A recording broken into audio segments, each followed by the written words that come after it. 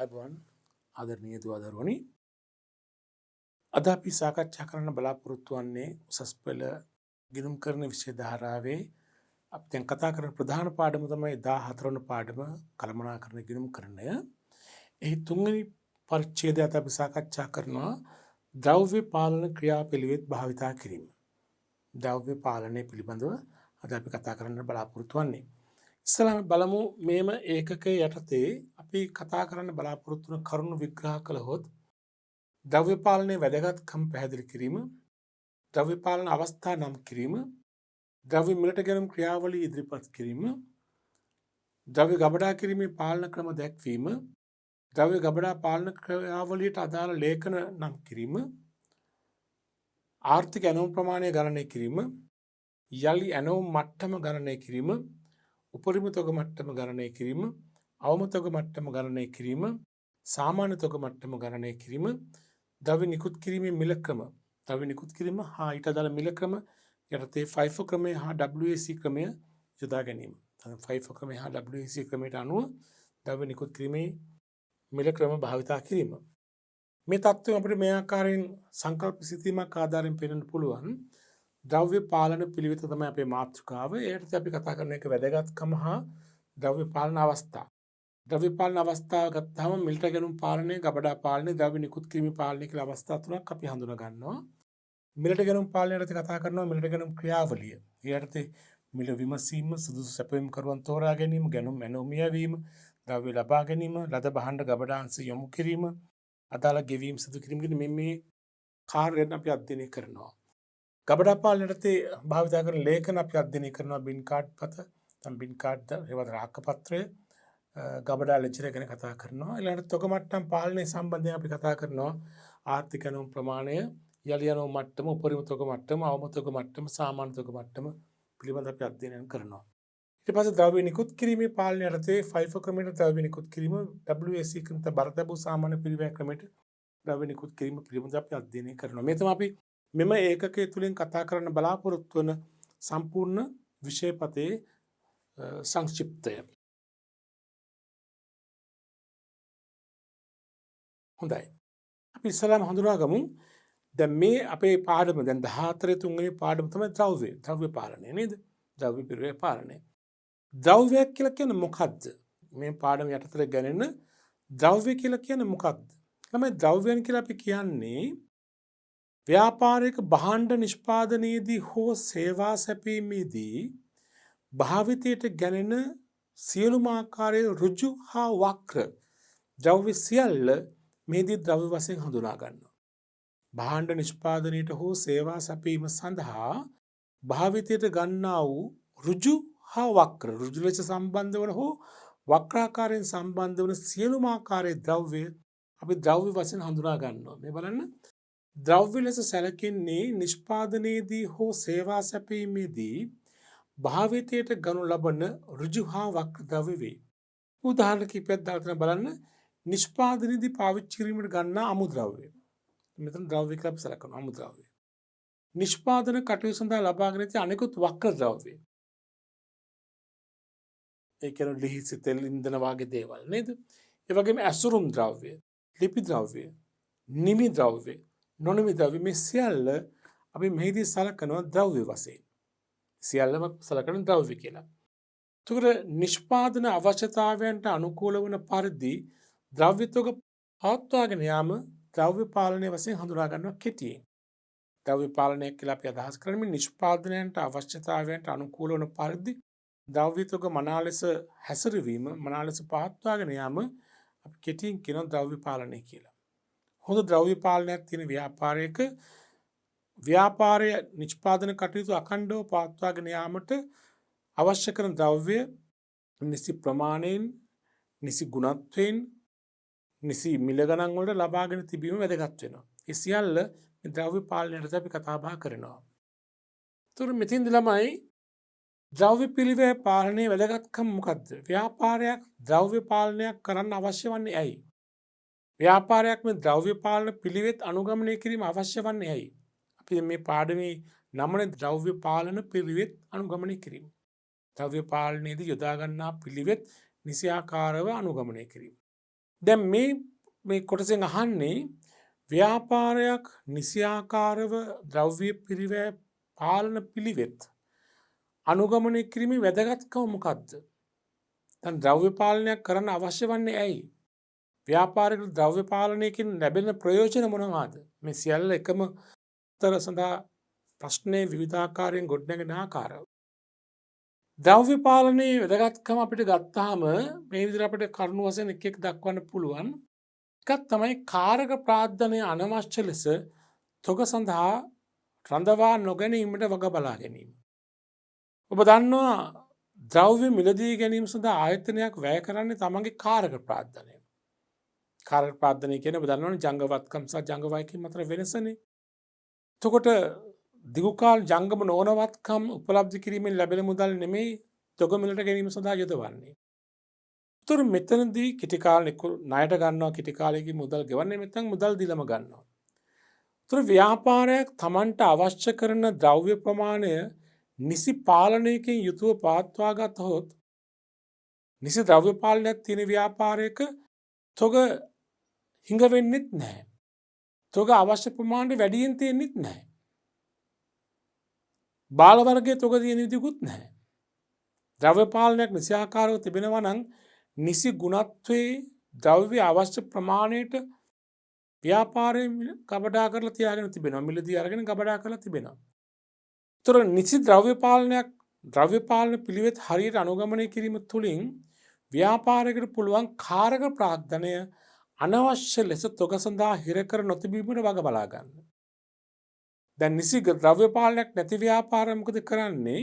ද්‍රව්‍ය නැති වෙයි කියලා බයට නැත්නම් නිසි සලස්මක් නොමැතිකම හේතුවෙන් විශාල වශයෙන් ගබඩාව තුළ තොග රැස් කර තබා ගන්නවා.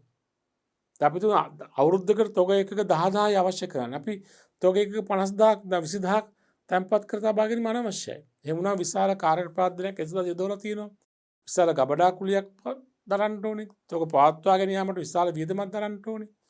ඒ නිසි ක්‍රමවේදයකට අනුව නිසි ද්‍රව්‍ය පාලන ක්‍රමවේදයකට අනුව ද්‍රව්‍ය හැසිරවීමක් සිදු නොකළොත් සිදුවන කරදර.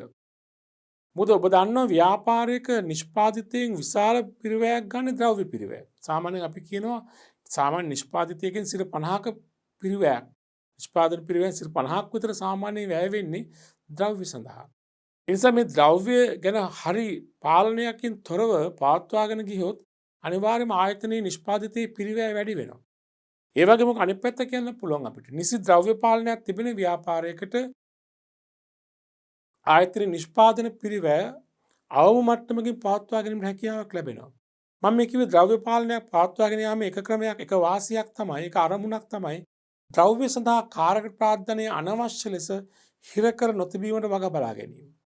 ඒතර නිසි කළමනාකරණයක් නිසි ද්‍රව්‍ය පාලනයක් තිබෙන ව්‍යාපාරයක් අවශ්‍ය ප්‍රමාණයට අඩුවෙන් තොග තියාගන්නෙත් නැහැ වැඩියෙන් තියාගන්නෙත් නැහැ.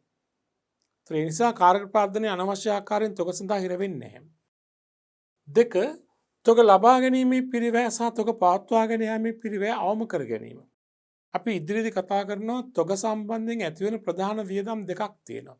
තොග සම්බන්ධයෙන් ජනිත වන ප්‍රධාන පිරිවැයන් දෙකක් තියෙනවා.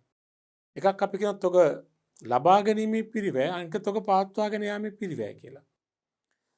තොග ලබා ගැනීමේ පිරිවැය කියලා කියන්නේ තොග ඇනෝම් සකස් කිරීමේ වියදම්, තොග ණයවර ලිපි සඳහා යන වියදම්, තොග ගෙනීමට දරන වියදම්, තොග පරීක්ෂා කිරීමේ වියදම් වගේ දේවල්. තොග පවත්වා ගැනීමේ පිරිවැය කියලා අපි අදහස් කරන්නේ තොගේ පවත්වා ගබඩාවට ගෙවන කුලිය, ගබඩා රක්ෂණ වියදම, ගබඩා සේවක වැටුප්, ගබඩාවේ මේ ආරක්ෂණ වියදම්, ඒ තමයි තොග පවත්වා ගැනීමේ පිරිවැය. ඒතර මනාල ලෙස ද්‍රව්‍ය පාලනයක් කරන ව්‍යාපාරයකට පුළුවන්කමක් ලැබෙනවා මේ තොග පවත්වා ගැනීමේ පිරිවැය, ඒ වගේම තොග ලබා ගැනීමේ පිරිවැය දෙකම අවම වන ආකාරයට තොග මෙහෙයවීම කරන්න. තොග මනාල ලෙස ද්‍රව්‍ය පාලනයක් නොමැති ව්‍යාපාරයකට වෙන්නේ මොකක්ද? අනවශ්‍ය ලෙස තොග පවත්වා ගැනීමේ පිරිවැය ඉහළ යන්න පුළුවන්. අනවශ්‍ය ලෙස තොග ලබා ගැනීමේ පිරිවැය ඉහළ යන්න පුළුවන්. නමුත් එවැනි තොග පිරිවැයන් අවම කර ගැනීමේ හැකියාවක් තිබෙනවා මේ ද්‍රව්‍ය පාලනයක් නිසියාකාරව පවත්වා ගන්නා ව්‍යාපාරවලට. ඒ වගේම බාධාවකින් තොරව නිෂ්පාදන කටයුතු අඛණ්ඩව පවත්වා ගත හැකි වීම. මම මේ කියන්නේ ද්‍රව්‍ය පාලනික වැදගත්කම. හොඳ ද්‍රව්‍ය පාලනයක් තිබෙන ව්‍යාපාරයකට නිෂ්පාදන කටයුතු අඛණ්ඩව බාධාවකින් තොරව සිදු කරගෙන යාමට හැකියාවක් ලැබෙනවා. මොකද ව්‍යාපාරයක නිෂ්පාදන කටයුතු දිගටම පවත්වාගෙන යාම කල නොහැකි වුණොත් නොයෙකුත් අවාසිදායක තත්ත්වයන් නොයෙකුත් අලාභකාරී තත්ත්වයන් ඇති වෙන්න පුළුවන්. දැන් අපි තුමු ව්‍යාපාරයේ නිෂ්පාදනය කරන භාණ්ඩය සඳහා නිෂ්පාදිත සඳහා අපි තුමු අමුද්‍රව්‍ය වර්ග තුනක් අවශ්‍යයි. ABC කියලා අපි කියමු. තුන් ABC කියන අමුද්‍රව්‍ය වර්ග තුනම හරියාකාරව ලැබුණොත් තමයි මේ නිෂ්පාදිතය අඛණ්ඩව කරගෙන යන්න පුළුවන්කම තියෙන්නේ. අපි තුමු A කියන අමුද්‍රව්‍ය තියෙනවා, B කියන අමුද්‍රව්‍ය තියෙනවා, C කියන අමුද්‍රව්‍ය හංගයි. කබඩාවේ නැහැ. ඒ වුණා නිෂ්පාදනය දිගටම කරගෙන යන්න බෑ. ඒ වුණාම කර්මාන්ත ශාලාවේ යන්ත්‍ර නිකන් නිස්කාරණේ තියෙනවා.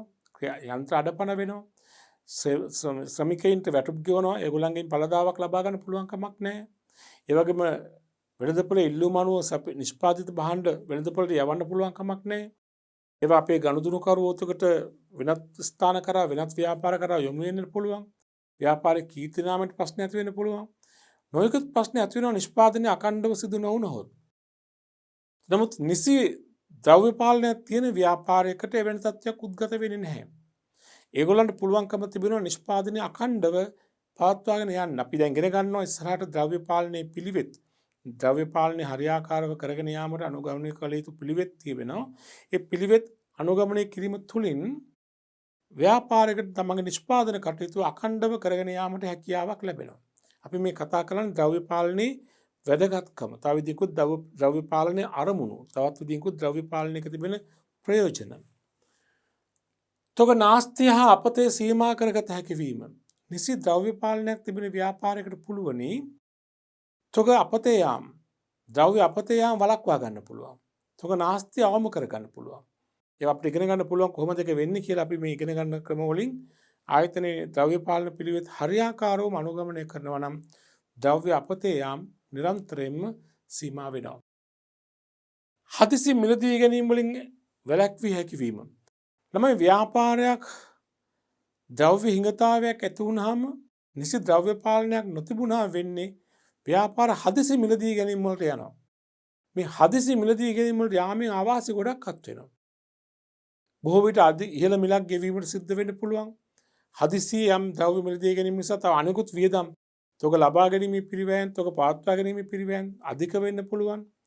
ඒ වගේ අනවශ්‍ය ආකාරයෙන් තොග සම්බන්ධ පිරිවැයන් තොග සම්බන්ධයෙන් ඇති වෙන වියදම් අනවශ්‍ය පරිදි ඉහළ යාමක් සිදු වෙන්න පුළුවන්.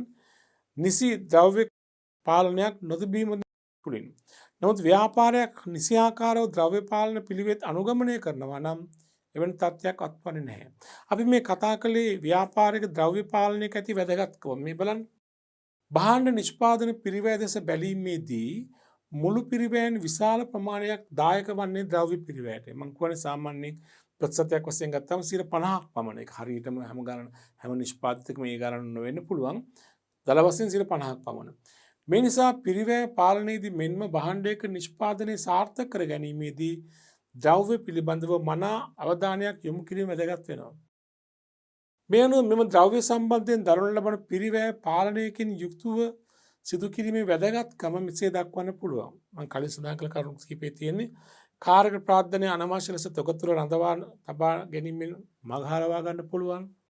තොග ලබා ගැනීමේ පිරිවැය හා තොග පවත්වාගෙන යාමේ පිරිවැය අවම කරගත හැකි වීම, බාධාවකින් තොරව නිෂ්පාදන කටයුතු අඛණ්ඩව පවත්වාගත හැකි වීම, තොග නාස්තිය හා තොග අපතේ සීමා කරගත හැකි වීම, හදිසි මිලදී ගැනීම වලින් වැළකීමට හැකි වීම. මේ තමයි ද්‍රව්‍ය පාලනයක අරමුණු නැත්නම් ද්‍රව්‍ය පාලනයක තිබෙන වැදගත්කම. මේ අරමුණු ඉෂ්ට කර ගැනීම සඳහා තමයි ආයතනයක් නිරන්තරයෙන්ම ද්‍රව්‍ය පාලනයක් සිදු කිරීම අත්‍යවශ්‍ය වන්නේ. ඊළඟට අපි කතා කරමු ද්‍රව්‍ය පාලන අවස්ථා. ළමයි මේ ද්‍රව්‍ය පාලනය ගත්තහම මේ ද්‍රව්‍ය පාලනය අපි පාලන අවස්ථා තුනක් සම්බන්ධ කරගන්නවා. ද්‍රව්‍ය පාලන කාර්යයන් කියලා අපි මේ නම් කරනවා. ඒතර ද්‍රව්‍ය පාලනයක් නිසියාකාරව තිබෙනවා කියන්නේ මෙන්න මේ කාර්යයන් තුනම සාර්ථකව කරනවා නම් යම් ආයතනයක් අන්න මනා ද්‍රව්‍ය පාලනයක් තියෙනවා. මොකද්ද? ද්‍රව්‍ය මිලට ගැනුම් පාලනය, දෙක ද්‍රව්‍ය ගබඩා කිරීම පාලනය, තුන ද්‍රව්‍ය නිකුත් කිරීම පාලනය. ද්‍රව්‍ය මිලට ගැනුම් පාලනය, ද්‍රව්‍ය ගබඩා පාලනය, ගබඩා කිරීම පාලනය, ද්‍රව්‍ය නිකුත් කිරීම පාලනය. අපි ද්‍රව්‍ය පාලනයක් කියන එකකින් තවත් ආකාරයකින් ද්‍රව්‍ය පාලනයක් හඳුන්වනවා නම් ආයතනයක් ද්‍රව්‍ය මිලට ගැනීම, ද්‍රව්‍ය ගබඩා කිරීම, ද්‍රව්‍ය නිකුත් කිරීම මනා කාර්යක්ෂම ලෙස සිදු කිරීමට අවශ්‍ය කරන පිළිවෙත් අනුගමනය කිරීම අපි කියනවා ද්‍රව්‍ය පිරිවැය පාලනය කියලා. ආයතනික ද්‍රව්‍ය පිරිවැය පාලනයක් තියෙනවා කියන්නේ ද්‍රව්‍ය පාලනයක් තිබෙනවා කියන්නේ මෙන්න මේ කාර්යයන් තුන කාර්යක්ෂම සිදුවීමක් සිදුවීම. ද්‍රව්‍ය මිලට ගැනීම කාර්යක්ෂම සිදු වෙනවා නම් ද්‍රව්‍ය ගබඩා කිරීම ගබඩා පාලනයේ කාර්යක්ෂම සිදු වෙනවා නම් ද්‍රව්‍ය නිකුත් කිරීම කාර්යක්ෂම සිදු වෙනවා නම් මේ අංශ තුනම කාර්යක්ෂම සිදු වෙනවා නම් අන්න එතනට අපි කියන මොකද්ද? මනා ද්‍රව්‍ය පාලනයක් ඇති ව්‍යාපාරයක් කියලා. ඒතර ද්‍රව්‍ය පාලනය කියන එක මම කලින් කිව්වා වගේම තවත් ආකාරයකින් අපි අර්ථ දක්වීමක් කරනවා නම් ද්‍රව්‍ය පාලනය කියලා කියන්නේ එහෙමනම් ද්‍රව්‍ය මිලට ගැනීම, ද්‍රව්‍ය ගබඩා කිරීම, ද්‍රව්‍ය නිකුත් කිරීම කාර්යක්ෂම ලෙස සිදු කිරීම. දැන් කාර්යක්ෂම සිදු කිරීමට අනුගමනය කළ යුතු පිළිවෙත් නිසියාකාරව අනුගමනය කිරීම. තමයි අපි කියන්නේ ද්‍රව්‍ය පාලනය කියලා. ද්‍රව්‍ය පාලනයේ ප්‍රධානම කාර්යයන් තුනෙන් මතක තියාගන්න මෙන්න මේ මිලට ගැනුම් පාලනය, ගබඩා කිරීම පාලනය සහ නිකුත් කිරීම පාලනය. අත අපි ඉගෙන ගන්නවා මේ එක් එක් පාලන අවස්ථාවලට අදාළ පිළිවෙත් මොනවාද කියන එක. අපි අර ඉස්සෙල්ලාම කතා කරනවා ද්‍රව්‍ය මිලට ගැනුම් පාලනය. එදින්දා පටන් ගන්න. ආරම්භයේ මිලට ගැනුම් පාලනය. මොකද ආයතනයක ද්‍රව්‍ය මිලදී ගැනීම ඉතාමත් වැදගත්. මොකද මිලට ගැනුම් පාලනය කාර්යක්ෂම සිදු නොවුනහොත් අනික් කාර්යයන් දෙක අනිවාර්යයෙන්ම අසාර්ථක වෙනවා. මොකද මිලදීගත් භාණ්ඩනේ ගබඩා කරන්නේ. ගබඩා කළ භාණ්ඩ නිකුත් කිරීම කරන්නේ. අපි වැරදි භාණ්ඩයක් නම් මිලදී අරන් තියෙන්නේ අපි ගබඩා කරන්නේත් වැරදි භාණ්ඩයක්. අපි නිකුත් කිරීම කරන්නේත් වැරදි භාණ්ඩයක්. ඒතර ද්‍රව්‍ය මිලට ගැනීමේ පාලනය අකාර්යක්ෂම වුණොත් නිරන්තරයෙන්ම ගබඩා පාලනයයි එතනින් ගියාම නිකුත් කිරීමේ පාලනයයි නිරන්තරයෙන්ම අසාර්ථක වෙනවා. අකාර්යක්ෂම වෙනවම තමයි. ඒ නිසා ආයතනයක ඉතාමත්ම අවධානයකින් ශක්තිමත්ව පාලනය කරගත යුතු අංශයක් තමයි ද්‍රව්‍ය මිලට ගැනුම් පාලනය. ද්‍රව්‍ය මිලට ගැනුම් පාලනය කියන එකේ අදහස අපි ගත්තොත් ආයතනයකට අවශ්‍ය කරන ද්‍රව්‍ය ආයතනයට අවශ්‍ය කරන ද්‍රව්‍ය නිෂ්පාදනයට හෝ සේවාවන්ට අවශ්‍ය කරන ද්‍රව්‍ය නිසි ගුණත්වයෙන් නිසි ප්‍රමාණයෙන් නිසි ගුණත්වයෙන් කියන හොඳ තත්ත්වයේ භාණ්ඩ නිසි ප්‍රමාණය කියන අවශ්‍ය ප්‍රමාණයට භාණ්ඩ නිසි මිල ගණන් වලට ඒ කියන්නේ වැඩි මිලක් දෙන්නේ නැතුව නියම මිල ගණන් වලට නිසි වේලාවට අවශ්‍ය වේලාවට ලබා ගැනීමට කටයුතු කිරීම තමයි ද්‍රව්‍ය මිලට ගැනුම් පාලනය කියලා අපි කියන්නේ. නිෂ්පාදනයට හෝ සේවාවන්ට අවශ්‍ය කරන ද්‍රව්‍ය නිසි ගුණත්වයෙන් නිසි මිල ගණන් වලට නිසි වේලාවට නියම ප්‍රභවයන්ගෙන් නියම මාර්ග වලින් ලබා ගැනීමට අවශ්‍ය කටයුතු කිරීම අපි කියනවා ද්‍රව්‍ය මිලට ගැනුම් පාලනය කියලා. පැහැදිලිද?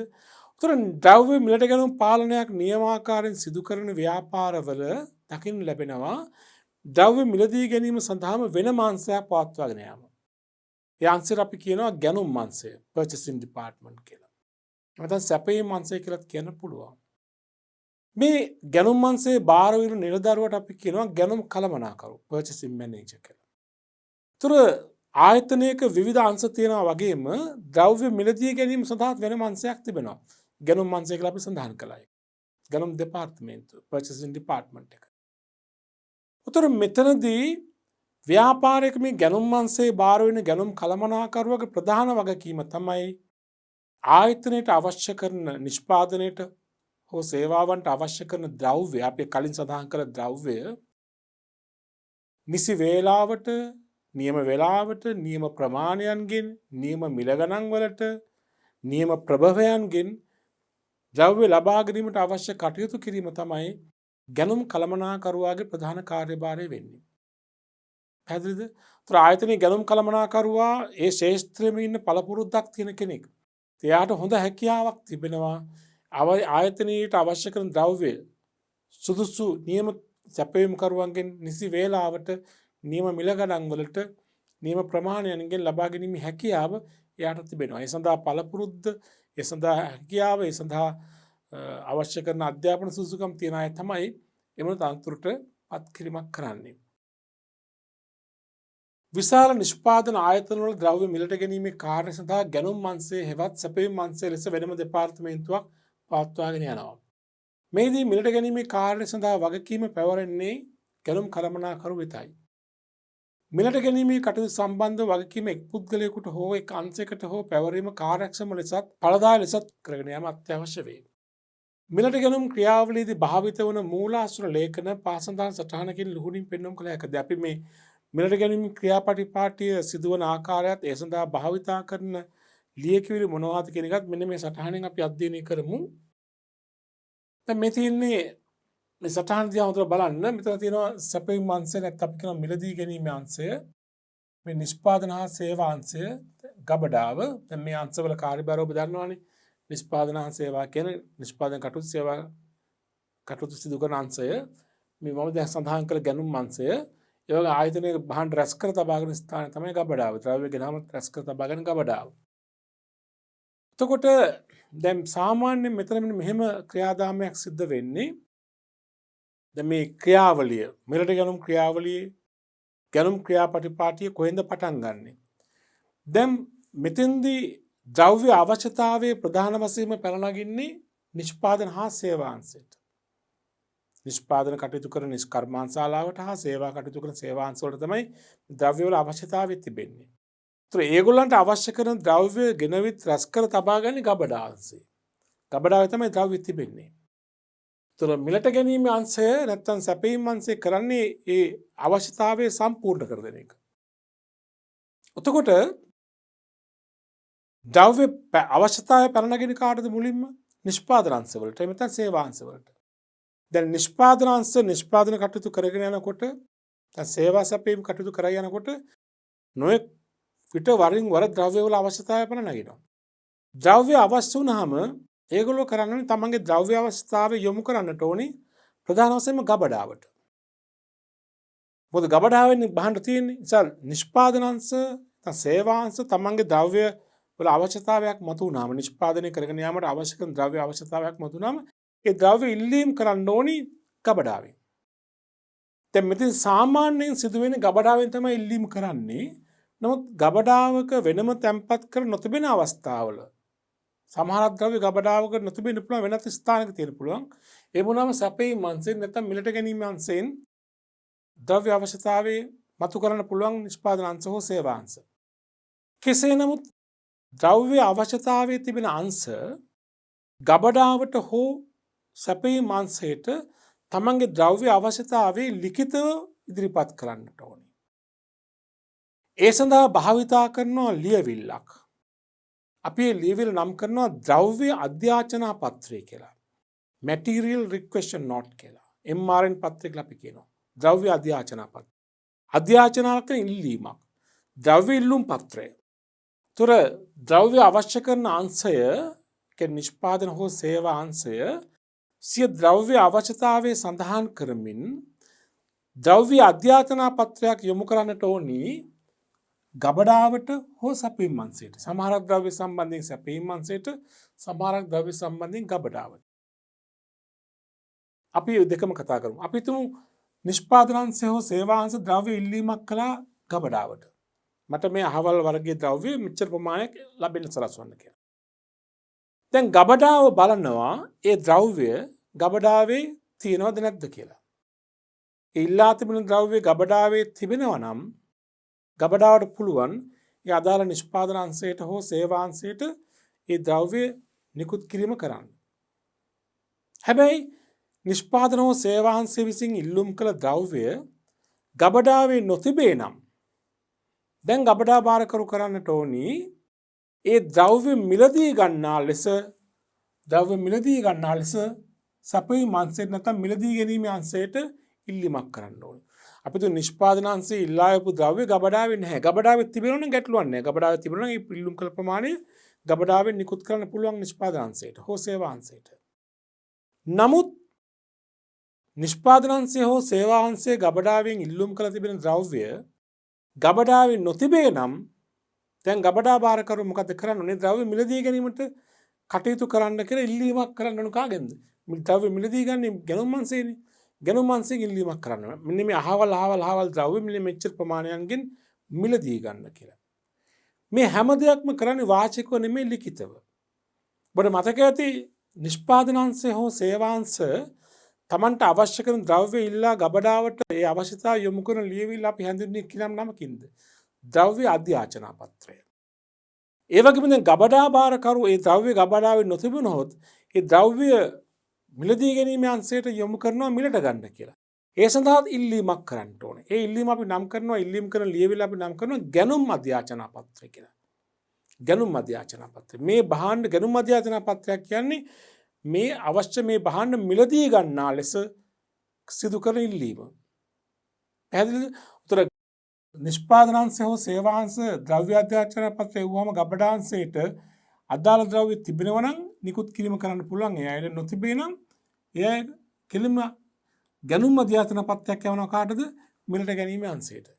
උතර මිලට ගැනීම අංශයේ කටයුතු පටන් ගන්නේ ඔය ගැනුම් අධ්‍යාචනා පත්‍රය ලැබීම තුලින්. ගැනුම් අධ්‍යාචනා පත්‍රයක් ප්‍රධාන වශයෙන් ලැබෙන්නේ ගබඩාවෙන්. සමහරක් භාණ්ඩ බංකුව සමහරක් භාණ්ඩ නිෂ්පාදන හෝ සේවාංශ කෙලින්ම ඉල්ලනවා ගැනුම් අංශයෙන්. ගබඩාවෙන් නෙමෙයි ද්‍රව්‍ය අධ්‍යාචනා පත්‍රය යොමු කරනවා මිලට ගැනීම අංශයට. එහෙම වුණොත් මිලට ගැනීම අංශය බලනවා එම ද්‍රව්‍ය ගබඩාවේ තිබෙනවද කියලා විමසීමක් කරලා බලනවා. ගබඩාවට යොමු කරලා අහනවා මේ ද්‍රව්‍ය ගබඩාවේ තිබෙනවද? එතින්ද ගබඩා භාරකරු කිව්වොත් තිබෙනවා කියලා ගැටලුවක් නැහැ. නොතිබේ නම් එහෙනම් ගබඩා භාරකරු නැවත යොමු කිරීමක් කරන්න ඕන ගැනුම් අංශයට මේ ද්‍රව්‍ය මිලදී ගන්න මේක අපේ ළඟ නැහැ මිලදී ගැනීම අවශ්‍යයි කියලා. ඒක ගැනුම් අධ්‍යාචනා පත්‍රයක් කරා ඒ කාර්ය කරන්න පුළුවන්. ඒතර කොහොම නමුත් මේ ගැනුම් අංශයේ කටයුතු ආරම්භ වෙන්නේ මේ ගැනුම් අධ්‍යාචනා පත්‍රයක් ලැබීම තුලින්. ගබඩාවෙන් ප්‍රධාන වශයෙන්ම තමයි ගැනුම් අධ්‍යාචනා පත්‍රය ලැබෙන්නේ. ඒ ගැනුම් අධ්‍යාචනා පත්‍රය ලැබුණයින් පස්සේ තමයි ගැනුම් කළමනාකරුගේ කාර්යයන් පටන් ගැනීම කරන්න ඕනේ. පැහැදිලි නේද? මම මේ ඊතල දක්වලා තියෙන්නේ නිෂ්පාදනාංශයේ ඍජුවම ගැනුම් අංශයට ඉල්ලීමක් කළොත් ද්‍රව්‍ය උතර ගැනුම් අංශයේ කෙලින්ම ගබඩාවට යොමු කරනවා ගබඩාවේ ද්‍රව්‍ය තිබෙනවද කියලා. නැත්නම් ගබඩාව නැවත ගැනුම් අංශයට කියනවා මේ ද්‍රව්‍ය නැහැ මිලට ගන්න කියලා. උතර ඉල්ලීම කරන්නේ ද්‍රව්‍ය අධ්‍යාචනා පත්‍රයෙන් මිලදී ගන්නට ඉල්ලීම කරන්නේ ගැනුම් අධ්‍යාචනා පත්‍රයෙන්. එහෙම නැත්නම් ගබඩ නිෂ්පාදනාංශයේ කෙලින්ම ගබඩාවට යොමු කරනවා ගබඩා ද්‍රව්‍ය අධ්‍යාචනා පත්‍රය ද්‍රව්‍ය අධ්‍යාචනා පත්‍රයේ තියෙන භාණ්ඩ ගබඩාවේ තිබෙනවා නිකුත් කිරීම කරන්න පුළුවන් නොතිබේ නම් ඒගොල්ලෝ මිලදී ගැනීම අංශයට යොමු කරන්නට ඕනි ද්‍රව්‍ය මිලදී ගන්න කියලා ගැනුම් අධ්‍යාචනා පත්‍රයක් හරහා. ඔය පත්‍රිකා දෙකේ වෙනසක් තියෙනවා තේරුම් ගන්න. නිෂ්පාදනාංශවලට හෝ සේවාංශවලට අවශ්‍ය කරන ද්‍රව්‍ය ගබඩාවෙන් නිකුත් කරන මෙන් ඉල්ලා යවන ලියවිල්ල ද්‍රව්‍ය අධ්‍යාචනා පත්‍රය. ඒ වගේම ගබඩාවේ එම භාණ්ඩ නොතිබුණොත් ගබඩා භාරකරුවා විසින් ගැනුම් අංශයට යොමු කරන ලියවිල්ල මේ ද්‍රව්‍ය මිලදී ගන්නා ලෙස යොමු කරන ලියවිල්ල අපි කියනවා මොකද්ද? ගැනුම් අධ්‍යාචනා පත්‍රය. දැන් අපි කතා කළේ ගැනුම් ක්‍රියාපටිපාටිය ආරම්භ වන විදිය. මම කිව්වා එතකොට ද්‍රව්‍ය අධ්‍යාචනා පත්‍රයක් යොමු වෙනවා මුලින්ම ද්‍රව්‍ය අවශ්‍ය අංශයෙන් ගබඩාවට හෝ ගැනුම් අංශයට. ඊට පස්සේ ගබඩාවෙන් භාණ්ඩ නොමැති නම් ගබඩා භාරකරු විසින් ගැනුම් අධ්‍යාචනා පත්‍රයක් යොමු කරනවා කොහටද? ගැනුම් අංශයේ ගැනුම් කළමනාකරු වෙත. දැන් එතනින් තමයි ගැනුම් කළමනාකරුගේ කාර්යභාරය පටන් ගන්න. මොකද ගැනුම් කළමනාකරුගේ කාර්යභාරය වෙන්නේ මෙතෙන්දී? අර මිලට ගැනීමේ අංශය වෙත යොමු වෙලා තිබෙන ගැනුම් අධ්‍යාචනා පත්‍ර තියෙනවනේ එක් අය විසින් යොමු කළ ගැනුම් අධ්‍යාචනා පත්‍ර තියෙනවා. ගබඩාව වරින් වර යොමු කළ ගැනුම් අධ්‍යාචනා පත්‍ර තිබෙනවා. ඒ ගැනුම් අධ්‍යාචනා පත්‍රවල සඳහන් වෙලා තිබෙන ද්‍රව්‍ය නිසි වේලාවට නියම මිලට නිසි ගුණත්වයෙන් නිසි ප්‍රභවයන්ගෙන් ලබා ගැනීම තමයි ගැනුම් කළමනාකරුගේ කාර්යභාරය. අපි තුමු ගබඩාව විසින් යොමු කරලා තියෙනවා X10 කියන ද්‍රව්‍ය සංකේතාංක දරන ද්‍රව්‍ය ඒකක 50ක් මාස දෙකක් තුලදී ඇතුළත මිලදී ගන්න කියලා. එහෙනම් ගැනුම් කළමනාකරුවා කරන්නට ඕනේ ඒ කරන ද්‍රව්‍ය හරි වෙලාවට නියම තැනකින් නියම මිලකට නිසි ගුණත්වයෙන් යුතු භාණ්ඩ මිලදී ගැනීම කරන්නට ඕනේ. ඒ තමයි ගණුම් කළමනාකරුගේ කාර්යභාරය. ඉතින් දෙයා වග බලා ගන්නට ඕනි නියම ගුණත්වයෙන් යුතු භාණ්ඩ ගන්න. මොකද තමන් වැරදි ගුණත්වයෙන් අඩු භාණ්ඩ ගත්තොත් ද්‍රව්‍ය පාලන ක්‍රියාදාමයේ ඉතුරු ඔක්කොම ටික අසාර්ථක වෙනවා. තමන් මිලදී ගත්තේ ගුණත්වයෙන් අඩු භාණ්ඩ නම් නිෂ්පාදිතයේ ගුණත්වය අඩු වෙනවා. ඒතර ගබඩා කරන්නේ ගුණත්වයෙන් අඩු භාණ්ඩ, නිකුත් කරන්නේ ගුණත්වයෙන් අඩු භාණ්ඩ, යනු නිෂ්පාදනය සඳහා යොදා ගන්නෙත් ගුණත්වයෙන් අඩු භාණ්ඩ, අවසන් නිමවුමත් ගුණත්වය අඩු වෙනවා. ඒ නිසා ගැනුම් කළමනාකරුවා වග බලා ගන්න ඕනි නිසි ගුණත්වයේ යුක්ත භාණ්ඩ ගන්න. දෙක නියම මිලකට වෙළඳපොලේ ක්‍රියාත්මක වන මිල ගණන් තිබෙනවනේ. ඉතින් දෙයා හොඳම මිලට ගන්න ඕනි. හොඳම මිලට කියන එකේ අදහස් කරන අඩුම මිලට කියන එක නෙමෙයි. නිසි ගුණත්වයේ භාණ්ඩ ගත යුතු නියම මිලට. සමහර අර බාල භාණ්ඩේ හිලක් ඇතක වගේ අඩු මිලට අඩු ගුණත්වයෙන් යුතු භාණ්ඩ ගන්න බෑ. හරි ගුණත්වයේ භාණ්ඩ හැබැයි අනවශ්‍ය පරිදි ලොකු මිලක් ගෙවන්නේ නැතුව ඒවා වෙළඳපොලේ විකිරෙන හොඳම මිලට ලබා ගන්න ඕනේ. ඒ වගේම නිසි වේලාවට ඉත අවශ්‍යයි. අපේ මිලදී ගැනීමේ ගැනුම් අධ්‍යාචන පත්‍රවල තියෙනවා අපිට ද්‍රව්‍ය අවශ්‍ය කරන අය දක්වලා තියෙනවා ඒගොල්ලන්ට මේ අහවල් කාලෙට පිළිම ද්‍රව්‍ය අවශ්‍යයි. එහෙනම් ඒ කාලය තුලදී ද්‍රව්‍ය අවශ්‍ය කරන කාල සීමාව තුලදී ද්‍රව්‍ය මිලදී ගැනීමට ගැලුම් කළමනාකරුවා උත්සුක වෙන්න ඕනේ. මොකද නිසි වේලාවට පසුව භාණ්ඩ ලැබුණොත් නිෂ්පාදන කටයුතු අඛණ්ඩව කරගෙන යන්න බැරි වෙන්න පුළුවන්. ඒ ද්‍රව්‍ය අවශ්‍ය කරන අංශයට තමගේ කාර්ය නියමාකාරයෙන් කරන්න බැරි වෙන්න පුළුවන් භාණ්ඩ ප්‍රමාද වෙලා ලැබුණොත්. නිසා ගැනුම් කළමනාකරුවා වග බලා ගන්න ඕනි නිසි වේලාවට ද්‍රව්‍ය මිලදී ගන්නත්. ඒ වගේම නිසි ප්‍රභවයන්ගෙන් ඒ කියන්නේ හරි මාර්ග වලින් නිසි ක්‍රමවේදයකට අනුව හරි මාර්ග වලින් භාණ්ඩ ගන්නට ඕනේ. මොකද වැරදි මාර්ග වලින් භාණ්ඩ ගන්න පුළුවන් නේ. අපි තුමු කෙනෙක් හොරෙන් බඩු විකුණන කෙනෙක් ඉන්නවා. එයාගෙන් භාණ්ඩ ගන්න පුළුවන්. එහෙම වුණොත් එimhe ආයතනය අමාරු වෙනවා. නිසි ප්‍රභවයන්ගේ හරි ක්‍රමවේදයකට අනුව හරි ප්‍රභවයන්ගෙන් නියම පුද්ගලයන්ගෙන් නියම වෙලාවට නියම භාණ්ඩ නියම මිලට ගැනීම තමයි ගැනුම් කළමනාකරුගේ කාර්යභාරය වෙන්නේ. දැන් ඒ අනුව එයා කාර්යභාරය පටන් ගන්නවා මෙන්න මෙහෙම. ඉස්ලාම එයා කරන්නට ඕනි මේ භාණ්ඩ මිලදී ගැනීම සඳහා දැන් මේ කිව් විදියට ඒ ගැනුම් අධ්‍යාචන පත්‍රවල තියෙන භාණ්ඩ සපයන්න පුළුවන් සැපයීම් කරුවන් තෝරා ගන්න නම් සැපයීම් කරුවන් ඉස්සෙල්ලාම හඳුනා ගන්න ඕනේ. කවුද මේ භාණ්ඩ සපයන්නේ? ඒ ගැනුම් අධ්‍යාචන පත්‍රවල තියෙන භාණ්ඩ සපයන සැපයීම් කරුවන්ගේ හඳුනා ගන්න ඕනේ. වර්තමානයේ තාක්ෂණය ගොඩාක් දියුණුයි. අපිට මේ සැපයීම් කරුවෙකු හඳුනා ගන්න පහසු වෙනවා බොහොම ඉස්සර වගේ නෙමෙයි හරි පහසුයි දැන්. අපිට පුළුවන් අන්තර්ජාලයෙන් පුළුවන් සැපයීම් කරුවන් කවුද කියලා හඳුනා ගන්න. ඒ භාණ්ඩ සැපයීම් කරන සැපයීම් කරුවෝ මේ ලෝකේ පුරායින සැපයීම් කරුවෝ කවුද කියලා හඳුනා ගන්න පුළුවන් බොහොම පහසුවෙන් අද අන්තර්ජාලයෙන්. ඒ වගේම සමහර පුවත්පත් දැන්වීම් මගින් ඒ සැපයීම් කරුවෝ හඳුනා ගන්න පුළුවන්. මේ ආකාරයට මුලින්ම සැපයීම් කරුවන් හඳුනාගෙන එයාගෙන් මිල විමසීමක් කරන්නට ඕනේ. අපිට මෙන්න මේ ද්‍රව්‍ය අවශ්‍යයි. මෙන්න අහවල් ද්‍රව්‍ය අවශ්‍යයි. ඕගොල්ලෝ කොහමද මේ භාණ්ඩ වල මිල ගණන්? අපි සාමාන්‍ය සරල සිද්ධියක්නේ. අපි භාණ්ඩයක් ගන්න යනකොට ඉස්ලාම් කරන්නේ භාණ්ඩ තියෙන වෙළඳසල් හඳුනාගෙන ඒවලගේ මිල ගණන් පරීක්ෂා කරනවානේ. අහවල් කඩේ බලනවා, අහවල් සාප්පුවේ බලනවා. මිල පරීක්ෂා කිරීමක් අපි සාමාන්‍යයෙන් කරනවානේ. අපි භාණ්ඩ ගන්න ගියා. ඒ වගේ තමයි ගැනුම් කළමනාකරුවෝ ඉස්ලාම් කරන්නට ඕනේ. මේ අවශ්‍ය කරන භාණ්ඩ සම්බන්ධ මිල ගණන් විමසීමක් කරලා බලන්න ඕනේ. මිල විමසීමක් කරන්න ඕනේ.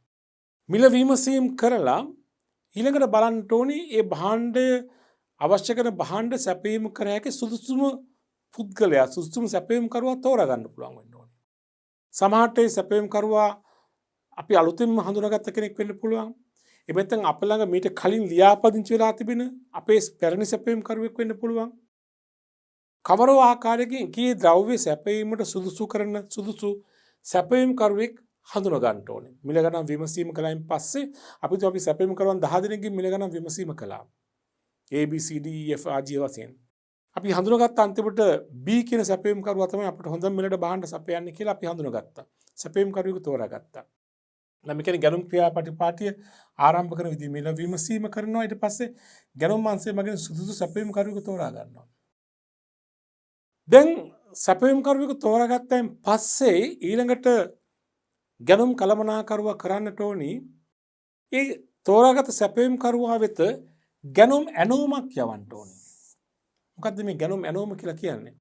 ගැනුම් ඇනෝම කියලා කියන්නේ තමන්ට අවශ්‍ය කරන භාණ්ඩ සපයන ලෙස අහවල් මිල යටතේ කලින් තීරණය කරගත්තු මිල යටතේ මේ භාණ්ඩ අහවල් කාලයට පෙර සපයන ලෙස ගැනුම් අංශය විසින් සැපයුම්කරුවන් වෙත යොමු කරන ලියවිල්ල අපි කියනවා ගැනුම් ඇනවුම purchase order එක ඇනවුමක්. ඒක ලිඛිත විධානයක්. මෙන්න මේ භාණ්ඩ අපිට සපයන්න. ව්‍යාපාරයට අවශ්‍ය කරන භාණ්ඩ සපයන මෙන් ගැනුම් දෙපාර්තමේන්තුව ගැනුම් අංශය විසින් සැපයුම්කරුවා වෙත යොමු කරන ලියවිල්ල අපි කියනවා ගැනුම් ඇනවුම්. ඒක තියෙනවා ව්‍යාපාර නම ඔක්කොම ප්‍රධාන වශයෙන් මුද්‍රිත වෙලා තියෙන අමතව සැපයුම්කරුගේ නම ලිපිනේ අවශ්‍ය කරන භාණ්ඩ වර්ගය මිල ගණන් අවශ්‍ය කරන ප්‍රමාණයන් අවශ්‍ය කරන වේලාවන් කවදාද පෙරද කියන සියල්ල සඳහන් කරලා ගැනුම් කළමනාකරුගේ අත්සනින් යුක්තව ගැනුම් ඇනවුම යොමු කරනවා කාටද සැපයුම්කරුවාට. දැන් ඔන්න මිලදී ගැනීමේ ක්‍රියාදාමය දැන් ආරම්භ වෙලා තියෙන්නේ. මුලින්ම මිල විමසීම කළ සැපයුම්කරුවෙක් හොයාගත්තා. සුදුසු සැපයුම්කරුවා හොයාගත්තයින් පස්සේ එයාට ගැනුම් ඇනවුම යවලා තියෙනවා. දැන් උතර ඊළඟට තියෙන කාර්යභාරය කරන්න තියෙන කාට සැපයුම්කරුවාට. සැපයුම්කරුවගේ පැත්තෙන් වෙන්න ඕනේ මේ භාණ්ඩ ගැනුමේ සඳහන් භාණ්ඩ දැන් ඒ ගැනුම් ඇනවුම යවනකොට මතක තියාගන්න ගැනුම් ඇනවුමේ පිටපත් කීපයක් හදනවා. ගැනුම් ඇනවුමේ පිටපත් එකක් ගැනුම් අංශය තියාගන්නවා. එකක් භාණ්ඩ ඉල්ලුම් කළ අංශය තියෙනවනේ. බොහෝ විට ගබඩාවට එක පිටපතක් යවනවා. ඒ වගේම මේ ගැනුම් ඇනවුම අවශ්‍යයි භාණ්ඩ පරීක්ෂා කර භාණ්ඩ ලැබුණාම පරීක්ෂා කරන අංශයට භාණ්ඩ ලබා ගන්න අංශයක් තියෙන පුළුවන් ආයතනයක. ඒ අංශයක පිටපතක් යවනවා. මේ ගැනුම් ඇනවුමේ පිටපතක් අවශ්‍යයි ගිණුම් අංශයට. ගෙවීම් කරනකොට ඒ අංශයට මේ පිටපතක් යවනවා. ඒතර මේ දැන් මේ ගැනුම් ඇනවුම හදලා අදාළ පිටපත් ඒ තැන් වලට යොමු කිරීම ගැනුම් කළමනාකරුවා කලයින් පස්සේ සැපයුම්කරුගේ කාර්යභාරය දැන් පටන් ගන්නවා. සැපයුම්කරුවා කරන්න ඕනේ ඇනවුමේ සඳහන් භාණ්ඩ එයාගේ වගකීම තමයි ඒ කලට වේලාවට ඒ භාණ්ඩ ව්‍යාපාර වෙත යොමු කරන එක. සපයන එක. ඒතර සැපයුම්කරුවා කරන්නේ භාණ්ඩ ඇනවුමේ සඳහන් භාණ්ඩ ව්‍යාපාර වෙත ලැබෙන්න සලස්වනවා. එතෙන්දී ව්‍යාපාරය මොකද්ද කරන්න ඕනේ? ද්‍රව්‍ය බාර ගන්න ඕනේ. සාමාන්‍ය ව්‍යාපාරයක ද්‍රව්‍ය බාර ගන්න වෙනම අංශයක් තියෙනවා. ගබඩාවට සම්බන්ධ වෙනම අංශයක් තියෙනවා. ද්‍රව්‍ය බාර ගැනීම අංශය කියලා. ඒක නිලධාරීන් ඉන්නවා. උතර සැපයුම්කරු විසින් භාණ්ඩ ඒ ගැනුම් අංශයට තමයි ඒ ද්‍රව්‍ය බාර ගැනීම අංශයට තමයි බාර දෙන්නේ. උතර ද්‍රව්‍ය බාර ගැනීම අංශයේ තියනවා ගැනුම් ඇනවුමේ පිටපතක් තියෙනවා. මම කියන්නේ ගැනුම් ඇනවුමේ පිටපතක් ද්‍රව්‍ය බාර ගන්න අංශයට යවනවා කියලා. ඒ පිටපත අනුව දැන් අර ද්‍රව්‍ය ටික බාර ගන්නවා. පරීක්ෂා කරලා බාර ගන්න ඕනේ. එතෙන්දී ක්‍රියාත්මක වෙන තව ලියවිල්ලක් තියෙනවා බාර දීමේ තුණ්ඩුව. ඒ කියන්නේ සැපයුම්කරුවා විසින් සපයන භාණ්ඩ ව්‍යාපාර වෙත බාර දුන්නා කියලා සකස් කරන තුණ්ඩුවක් තියෙනවා. මෙන්න මේ භාණ්ඩ ලැබුණා කියලා. අපිට ලියාපදිංචි තපාලෙන් ලියුමක් ආවමත් තපාල් පියුම් මහත්තයා අපිට දෙනවන තුණ්ඩුවක් අත්සන් කරගන්න ලිපිය බාරගත්තා කියලා. ඒ වගේ බාර දීමේ තුණ්ඩුවකුත් මෙතන ක්‍රියාත්මක වෙනවා. සැපයුම්කරු විසින් මෙන්න මේ භාණ්ඩ අපිට ලබා දුන්නා. ඒක බාරගත්තා කියලා අත්සන් කරලා තුණ්ඩුව අත්සන් කර දෙන්නට ඕනේ. ඒක පිටපතක් අපිත් තියාගන්නවා පිටපතක් සැපයුම්කරුත් ගන්නවා. ඒතර එයාගේ කාර්ය ඉටු කළා කියලා එකෙන් තහවුරු වෙනවා. හැබැයි බාර ගැනීමේ අංශය නිකම් මේ භාණ්ඩ බාර ගන්නෑ. අර ඇනවුමේ සඳහන් භාණ්ඩ පරීක්ෂා කරලා බාර ගන්නට ඕනේ. අපි මේ ඒකක අහවල් වර්ගන ඒකක 10ක් ඇනවුම් කරලා තියෙනවා. බලනවා ඒ ඒකක 10 ලැබිලා තියෙනවද? ඒවා නිසි ගුණත්වයෙන් තිබෙනවද? ඒවා හරි මිලට එවලා තියෙනවද? ඒ සියල්ල පරීක්ෂා කරලා බලන්න ඕනේ. පරීක්ෂා කරලා බලලා ඒවා හොඳ නම් ඇනවුමට අනුව එවලා තිබෙනවා නම් අනිවාර්යයෙන් භාණ්ඩ අපි බාර ගන්නවා. ඒවා ගබඩාවට යවන්නට ඕනේ. භාණ්ඩ ද්‍රව්‍ය පරීක්ෂා කිරීමේදී සමහරක් විට අපේ ඇනවුමට වඩා වෙනස් වර්ගයක භාණ්ඩ එවලා නම් ඇනවුමේ තත්ත්වයට වඩා වැඩිපුර භාණ්ඩ එවලා නම් ඇනවුම් කළ ප්‍රමාණයට ඒ භාණ්ඩ නිසි ගුණත්වයෙන් එවලා නැත්නම් ඒ භාණ්ඩ නැවත සැපයුම්කරුවා වෙත ප්‍රතික්ෂේප කිරීම ආපසු හරවා යවීමක් කරන්න ඕනේ. භාණ්ඩ බාර ගැනීමේ අංශය ඇනවුම සමග පරීක්ෂා කරලා භාණ්ඩ හොඳ නම් නිසි තත්ත්වයේ තිබෙනවා නම් බාරාගෙන ගබඩාව වෙත යොමු කරන්න ඕනේ. නමුත් ඉතින් ද්‍රව්‍ය පරීක්ෂාවේදී යම්කිසි දෝෂයක් ඇති වුණොත් ඒ කියන්නේ එක්ක ද්‍රව්‍ය ප්‍රමාණයේ ගුණත්වය නිසි ගුණත්වයෙන් නැහැ. එතන ද්‍රව්‍ය වැඩිපුර ඒවලා එතන අඩුවෙන් ඒවලා එහෙම තත්ත්වයක් තිබුණොත් ඒ භාණ්ඩ හරවා යවීමක් සිදු වෙනවා නම් හරවා යවීම කරන්නට ඕනේ. හරි නේද? මෙතෙන්දී ද්‍රව්‍ය භාණ්ඩ බාර ගැනීමේදී සැපයුම්කරුවා අපට එවනවා භාණ්ඩ බාර දීමේ තුණ්ඩුවක්. ඒකම එක්ක භාණ්ඩ සමග නැත්තම් වෙනමම එවනවා ඉන්වොයිස් එක. සැපයුම්කරුවා විසින් ගැනුම්කරුවා වෙත සපයා තිබෙන භාණ්ඩ පිළිබඳ සම්පූර්ණ විස්තරයක් ඇතුළත් මිල ගණන් සහිතව ඉන්වොයිස් එක සකස් කරලා එවනවා මිලට ගැනීමේ පාර්ශවයට ගැනුම් අංශයට. ඒක අපි කියනවා අපේ පැත්තෙන් ගැනුම් ඉන්වොයිස් එක. සැපයුම්කරුගේ පැත්තෙන් ඒක විකුණුම් ඉන්වොයිස් එක. ඉන්වොයිස් එක තමයි සඳහන් වෙන්නේ. ඒකේ තියෙනවා සැපයුම්කරුගේ නම, ඒ වගේම ගනුදෙනුකරුගේ නම, සපයා ඇති භාණ්ඩ වර්ග, ප්‍රමාණයන්, එකක මිල, වටිනාකම්, අඩු කළ වෙළඳ වට්ටම් තිබුණා නම් ඒවා, මුදල් ගෙවිය යුතු කාලය, සියලුම කොන්දේසි, ණය කොන්දේසි ඔක්කොම තියෙනවා. ඒ සියල්ල සඳහන් කරලා ඉන්වොයිස් එක අපට එක්ක භාණ්ඩත් සමග නැත්නම් භාණ්ඩ වලට අතිරේකව වෙනමම අපට ලැබෙන සලස්වනවා.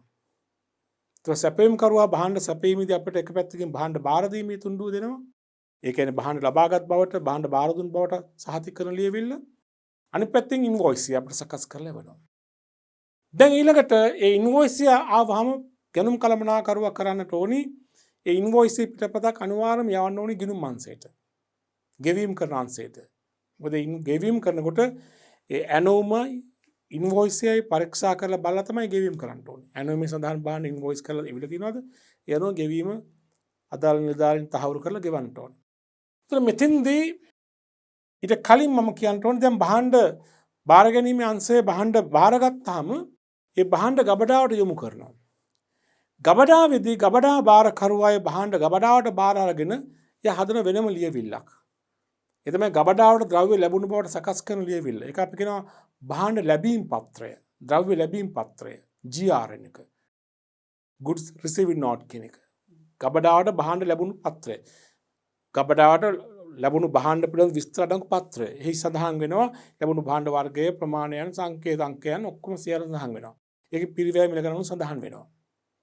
ඒතර භාණ්ඩ ලැබීම් පත්‍රය කියලා කියන්නේ ගබඩාවට භාණ්ඩ ලැබුණු භාණ්ඩ පිළිබඳ විස්තර අඩංගු ලියවිල්ල. ඒක ගබඩාවේ තමයි පිළිල කිරීම කරන්නේ. ඒතර ගබඩාවට ප්‍රධාන වශයෙන් භාණ්ඩ ලැබුණු බවට තහවුරු කරන ලියවිල්ල තමයි භාණ්ඩ ලැබීම් පත්‍රය. ගබඩාවෙන් භාණ්ඩ නිකුත් කිරීම තහවුරු කරන ලියවිල්ල තමයි ද්‍රව්‍ය අධ්‍යාචන පත්‍ර. GRN නම් මානෙන් කියලා අපි කියනවා. GRN තමයි භාණ්ඩ ලැබීම් පත්‍රය. ද්‍රව්‍ය නිකුත් කිරීම තහවුරු වන්නේ ද්‍රව්‍ය අධ්‍යාචන පත්‍ර අනුව තමයි නිකුත් කිරීම කරන්නේ MRN එක. ගබඩාවේ ප්‍රධාන ලියවිලි දෙක තමයි GRN එකයි MRN එකයි. උතවර දැන් ගබඩාව භාණ්ඩ බාරගත්තා දැන් හරි. ඊට පස්සේ අදාළ සැපයුම්කරුවාට ගෙවීම කරන්න ඕනේ. මං කිව්වා එතින්දී අර ගැනුම් ඇනෝමේ පිටපතක් ගිණුම් අංශයේ තියෙනවා. ඉන්වොයිස් එකේ පිටපතක් තියෙනවා. ඊට පස්සේ ඒ අදාළ ගනුදෙනුවේ වටිනාකම සැපයුම්කරුවාට ගෙවන්න ඕනේ. ගෙවීමේදී ගෙවීම් වවුචර්, පේමන්ට් වවුචර් එක හදන්න එපා. ගෙවීම් වවුචරේ කාටද ගෙවීම කළේ, ඇයි ගෙවීම කළේ, මොකටද ගෙවීම කළේ, අහවල් ඉන්වොයිස් අංක දරන, අහවල් ගැනුම් ඇනෝම් අංක දරන ගනුදෙනු සම්බන්ධ මෙන්න මේ වටිනාකම මුදලින් ගෙවුවා කියලා ගෙවීම් වවුචර් සකස් කරලා අදාළ ගෙවීම සිදු කළායින් පස්සේ මේ ගනුදෙනුවේ කාර්යභාරය අවසන් වෙනවා. මෙන්න මේ විදිහට තමයි ගැනුම් ක්‍රියාපටිපාටිය සිද්ධ වෙන්නේ. පැහැදිලි නේද? අපි දැන් කතා කළ ගැනුම් ක්‍රියාපටිපාටිය පිළිබඳව සාරාංශයක් අපි මේ ආකාරයෙන් හඳුනාගමු. ගැනුම් කටපාටිය මෙතින් ආයතනයේ විවිධ නිෂ්පාදන හෝ සේවා අංශ අවශ්‍ය වන භාණ්ඩ ද්‍රව්‍ය ඉල්ලුම් කරමින් ද්‍රව්‍ය අධ්‍යාචන පත්‍රය material requisition note MRN කියන එක ආයතනයේ සැපයීම් අංශයට හෝ ගබඩා අංශයට යොමු කරනවා. ගබඩාවට තමයි ලැබෙන ප්‍රධාන වශයෙන්ම විශේෂ අවස්ථාවලදී ගැනුම් අංශයට ලැබෙන්න පුළුවන්. හරි.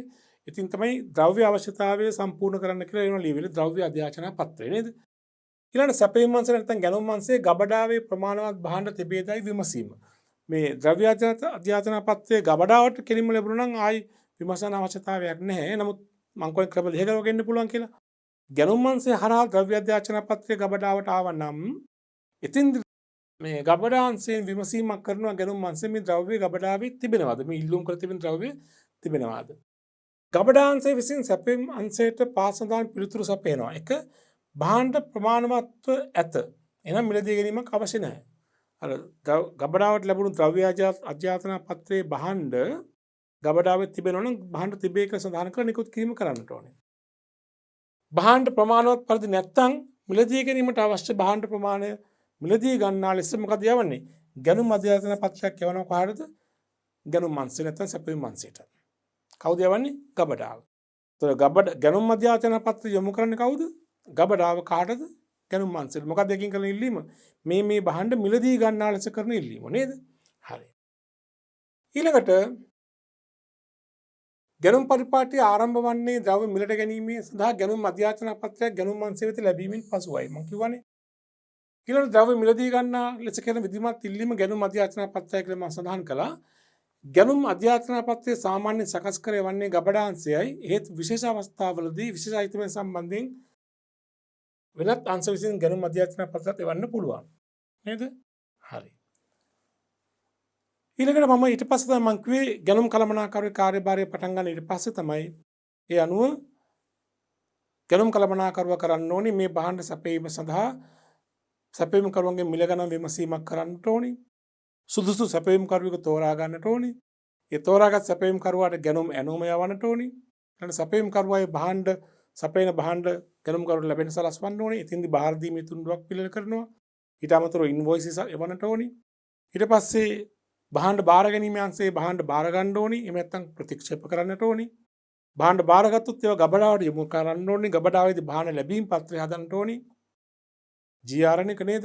ඊට පස්සේ අවසානයේදී ගෙවීම් කරන්න ඕනේ ගිණුම් අංශයේ නැත්නම් ගෙවීම් අංශය විසින් ගැනුම් ඉන්වොයිසිය ගැනුම් ඇනෝම සියල්ල පරීක්ෂා කරලා ඒ ගෙවීම අනුමත කරන නිලධාරීන්ගේ අනුමැතිය අරගෙන අදාළ ගෙවීම් කිරීමෙන් පස්සේ මේ ගනුදෙනුවේ කාර්යභාරය අවසන් වෙනවා.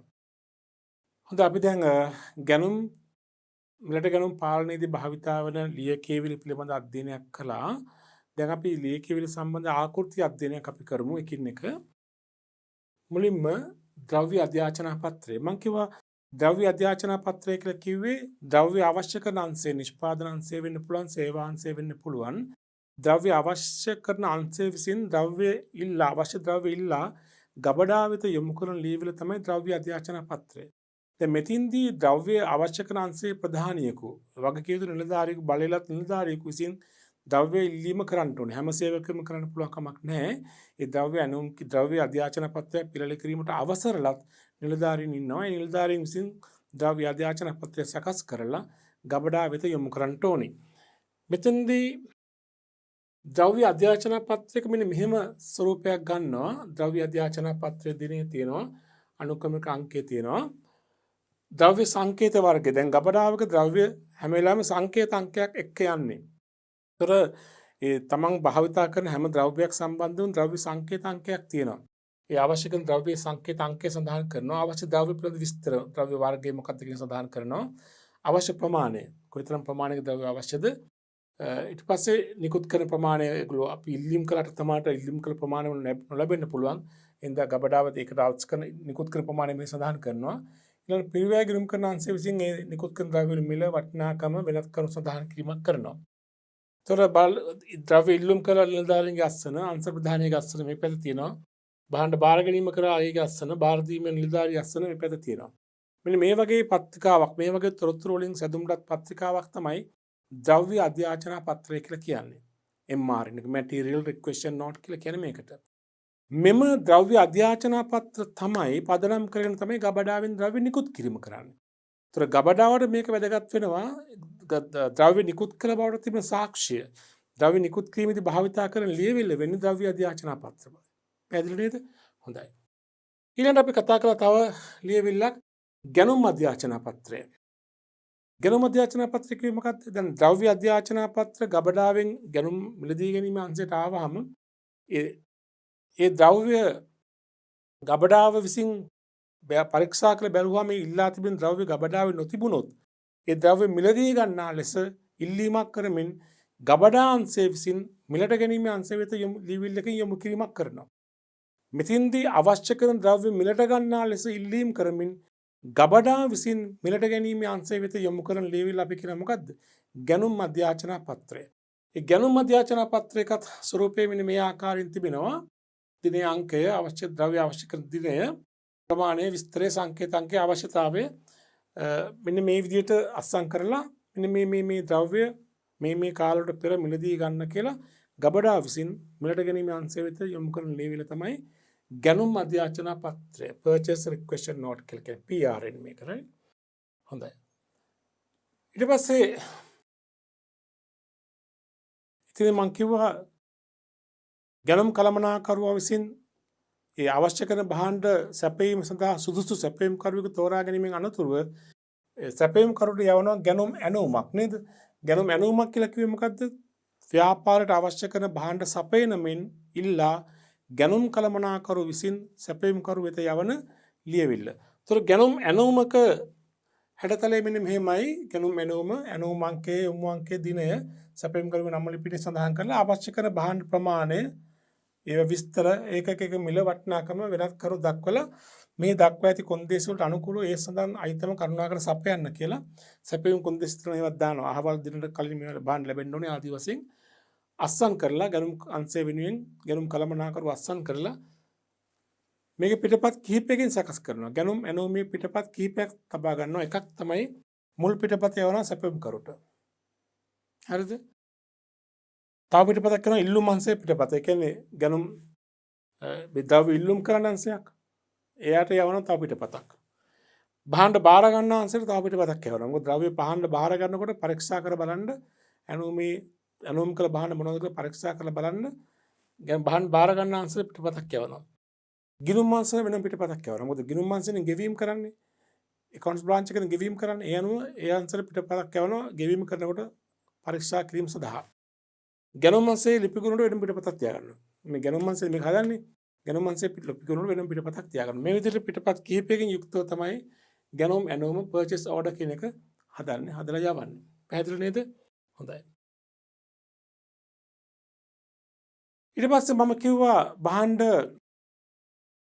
ඇනවුම යවුවයින් පස්සේ සැපයීම් කරුවාගේ වගකීම තමයි ඒ ඇනවුමේ සඳහන් භාණ්ඩ නිසි වේලාවට ගැනුම් කරුවාට නැත්නම් ගැනුම් කරුවන්ට නැත්නම් අදාළ ව්‍යාපාරය වෙත ලැබෙන සලස්වන්නේ. ඒ භාණ්ඩ ලැබීමේදී මම භාණ්ඩ බාර දීමේ තුන්ඩුවක් භාවිතා කරනවා, ඩිලිවරි නෝට් එකක් භාවිතා කරනවා.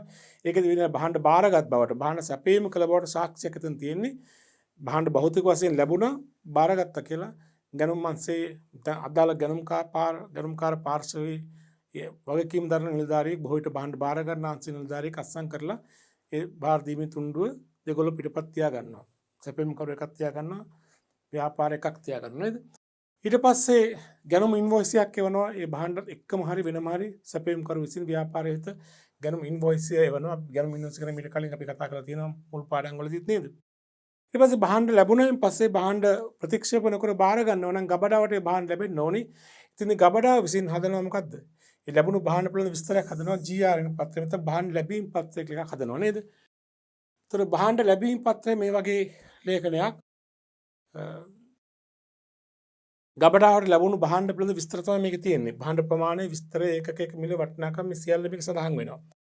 භාණ්ඩ ලැබීම් පත්‍රය හදනකොට මේවා ඒකක මිල පිරිවැය වටිනාකම් දාන්න ඕනේ. ඒව හදන්නේ පිරිවැය අංශය. භාණ්ඩ ලැබීම් පත්‍රයේ සඳහන් වන පිරිවැය වටිනාකම් ගණනය කරලා හදන්නේ පිරිවැය අංශය විසින් තමයි කරන්නේ. ඒ කාර්යය පිරිවැය ලිපිකරු විසින් කාර්යභාරය කරනවා. මේ පිටපත් සැපයීම් කරුට එකක් යවනවා භාණ්ඩ ලැබුණා කියන එක.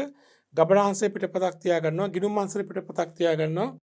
ඉල්ලුම් කළ අංශයේ පිටපතක් යවනවා. භාණ්ඩ බාරගත් අයගේ අංශ ලිපිගුණට තව පිටපතක් තබා ගන්නවා. පිටපත් කීපෙන් යුක්තව භාණ්ඩ ලැබීම් පත්‍රය හදන ප්‍රධානම භාණ්ඩ ලැබීම් පත්‍රය ප්‍රධාන වශයෙන්ම හදන්නේ ගබඩාව. ගබඩාවේ ප්‍රධාන වශයෙන් ගබඩාවට භාණ්ඩ ලැබුණු බව තහවුරු කරන මූලාශ්‍ර ලේඛනය වෙන්නේ භාණ්ඩ ලැබීම් පත්‍රය. හොඳයි. ඊට පස්සේ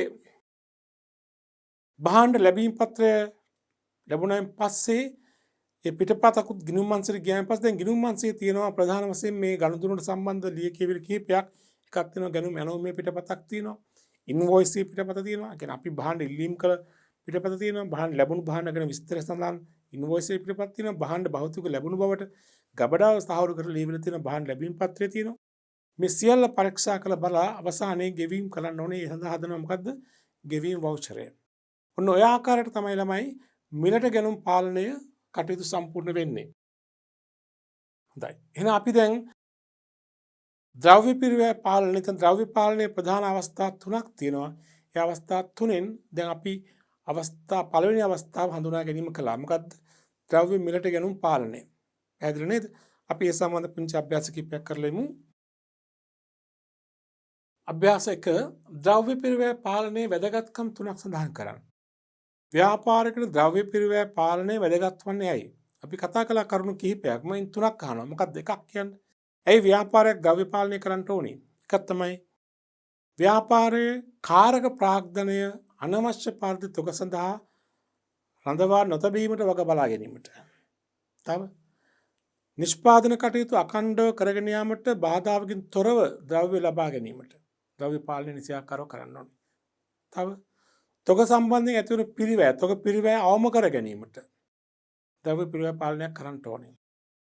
ඒ වගේම තොග නාස්තිය අපතය වළක්වා ගැනීමට ද්‍රව්‍ය පිරිවැය පාලනයක් කරන්න ඕනේ. ඔය වගේ අපි කතා කළා කීපයක් තුනක් ලියමු. එක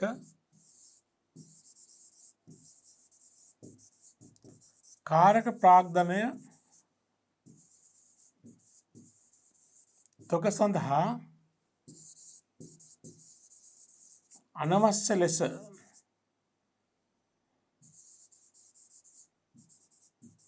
යොදා නොගැනීමට. දෙක නිෂ්පාදනය බාධාවකින් තොරව පවත්වා ගැනීමට. කණ්ඩෝ ද්‍රව්‍ය සපයන්න එපා නේද? තුන මේ කෙටියෙන් කියලා තියෙන්නේ.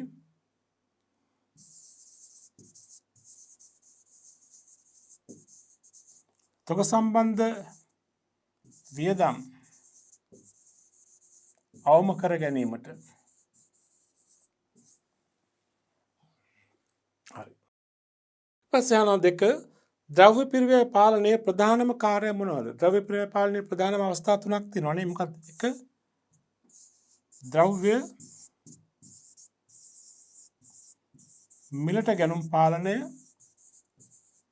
දෙක ද්‍රව්‍ය ගබඩා පාලනය. තුන මොකද්ද? ද්‍රව්‍ය නිකුතු පාලනය. මිලට ගැනීම ගබඩා කිරීම නිකුත් කිරීම. මේවා මනා කාර්යක්ෂම සිදු කිරීම තමයි මේ තුනේම එකතුව තමයි අපි කියන්නේ මොකද්ද? ද්‍රව්‍ය පාලනය නේ. ද්‍රව්‍ය පිරිවැය පාලනය. කෙටියෙන් හඳුන්වන ද්‍රව්‍ය අධ්‍යාචන පත්‍රය. මොකද්ද? ද්‍රව්‍ය අවශ්‍ය කරන අංශය විසින් අදාළ ද්‍රව්‍ය සපයන මෙන් ගබඩාවෙන් කරන ඉල්ලීම. දැන් ද්‍රව්‍ය අවශ්‍ය කරන අංශය විසින් අදාළ ද්‍රව්‍ය සපයන ලෙස ගබඩා වෙත යොමු කරන ලියවිල්ල නේද? ද්‍රව්‍ය අවශ්‍ය අංශ විසින්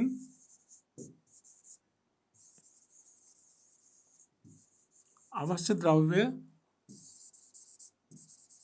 සපයන මෙන් ගබඩා වෙත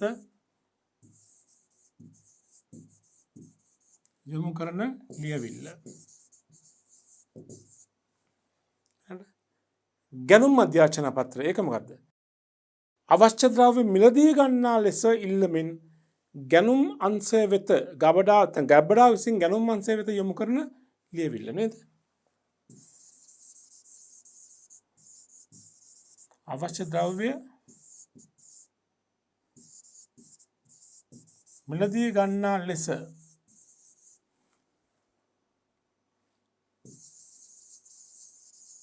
ඉල්ලීම් කරමින් ගබඩා විසින් ගැනුම් අංශය වෙත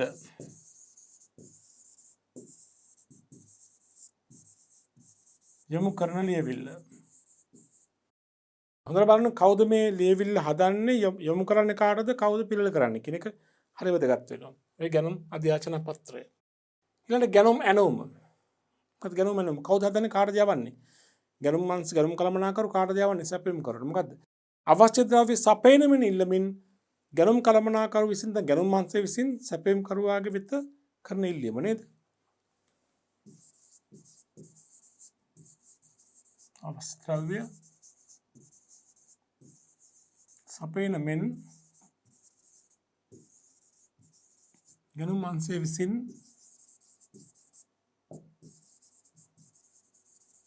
සැපයුම් කරු වෙත යොමු කරන ලියවිල්ල වේ. බහන් ලැබෙන පත්‍රය. මොකද බහන් ලැබෙන පත්‍රය කියන්නේ? ගබඩාවට ලැබුණු ද්‍රව්‍ය පිළිබඳ විස්තර අඩංගු ලියවිල්ල. ගබඩාවට ලැබුණු ද්‍රව්‍ය පිළිබඳ ලැබුණු ද්‍රව්‍ය වර්ගය, ප්‍රමාණය, සංකේතාංක, මිල ගණන් සියල්ල සඳහන් විස්තර අඩංගු කරමින් ගබඩා භාරකරු විසින් සකස් කරන ලියවිල්ල නේද? බහන් ලැබීම් පත්‍රය. ගබඩාවට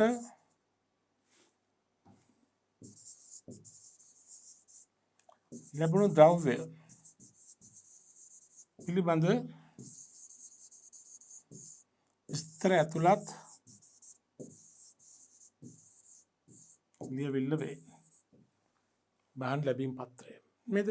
හොඳයි කෙටි මම කියලා තියෙන්නේ 4 පහත වගුව සම්පූර්ණ කරන්න. මූලාශ්‍ර ලේඛනයේ පිළිල කරන පාර්ශවය යොමු කරන පාර්ශවය කුමක් සඳහාද? කෙටියෙන් කියමු. ද්‍රව්‍ය අධ්‍යාචන පත්‍රය කවුද පිළිල කරන්නේ? ද්‍රව්‍ය අධ්‍යාචන පත්‍රය ද්‍රව්‍ය අවශ්‍යාංශය නේද? නිෂ්පාදන අංශයක් වෙන පුළුවන්, සේවා අංශයක් වෙන පුළුවන්. කෙටියෙන් දමු. ද්‍රව්‍ය අවශ්‍යාංශ. කාටද යොමු කරන්නේ? ද්‍රව්‍ය අධ්‍යාචන පත්‍රය යොමු කරන කාටද? ගබඩාවට නේද? කුමක් සඳහාද? අවශ්‍ය ද්‍රව්‍ය ඉල්ලීම් කිරීම නේද? අවශ්‍ය ද්‍රව්‍ය ඉල්ලීම. ඊළඟට මිල විමසීමක්. දැන් ටෙන්ඩර් පත් විමසීමක්. ඒ කියන්නේ මොකද්ද? මිල විමසීම කරන්නේ කවුද? ගැනුම් අංශය. දැන් ගැනුම් කළමනාකරු. යොමු කරන්නේ කාටද? සැපයීම් කරුවන්ට. මොකද්ද? කුමක් සඳහාද? මිල ගණන් විමසීම නේද? පිළිල කිරීම කරන්නේ කවුද? ගැනුම් අංශය. දැන් ගැනුම් කළමනාකරු. යොමු කරන්නේ කාටද? සැපයීම් කරුවන්ට. කුමක් සඳහාද? මිල ගණන් විමසීමට. හොඳයි. ඊළඟ එක ගැනුම් ඇනෝම පිළිල කරන කාටද? යොමු කරන කාටද? කුමක් සඳහාද? පිළිල කරන්නේ ගැනුම් අංශය. යොමු කරන්නේ සැපයීම් කරුට. කුමක් සඳහාද? අවශ්‍ය භාණ්ඩ සපයන ලෙස ඉල්ලීම නේද? ගැනුම් ඇනෝම පිළිල කිරීම ගැනුම් අංශය යොමු කිරීම සැපයීම් කරුට කුමක් සඳහාද? භාණ්ඩ සපයන ලෙස ඉල්ලීම. ඊළඟට භාණ්ඩ බාර දීමේ තුණ්ඩුව කවුද පිළිල කරන්නේ? සැපයීම් කරු. කාටද යොමු කරන්නේ? භාණ්ඩ ද්‍රව්‍ය බාර ගැනීමේ අංශයට නේද? දැන් ගැනුම් කරුට කුමක් සඳහාද? ද්‍රව්‍ය භාණ්ඩ බාරගත් බවට තහවුරු කිරීම නේද? බාර දීමේ තුණ්ඩුව පිළිල කිරීම සැපයීම් කරු යොමු කිරීම ද්‍රව්‍ය බාර ගන්න අංශය කියන්නේ ගැනුම් කරු කියන එකයි. කුමක් සඳහාද?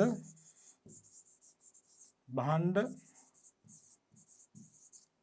බාරගත් බව තහවුරු කිරීම. තහවුරු කිරීමට.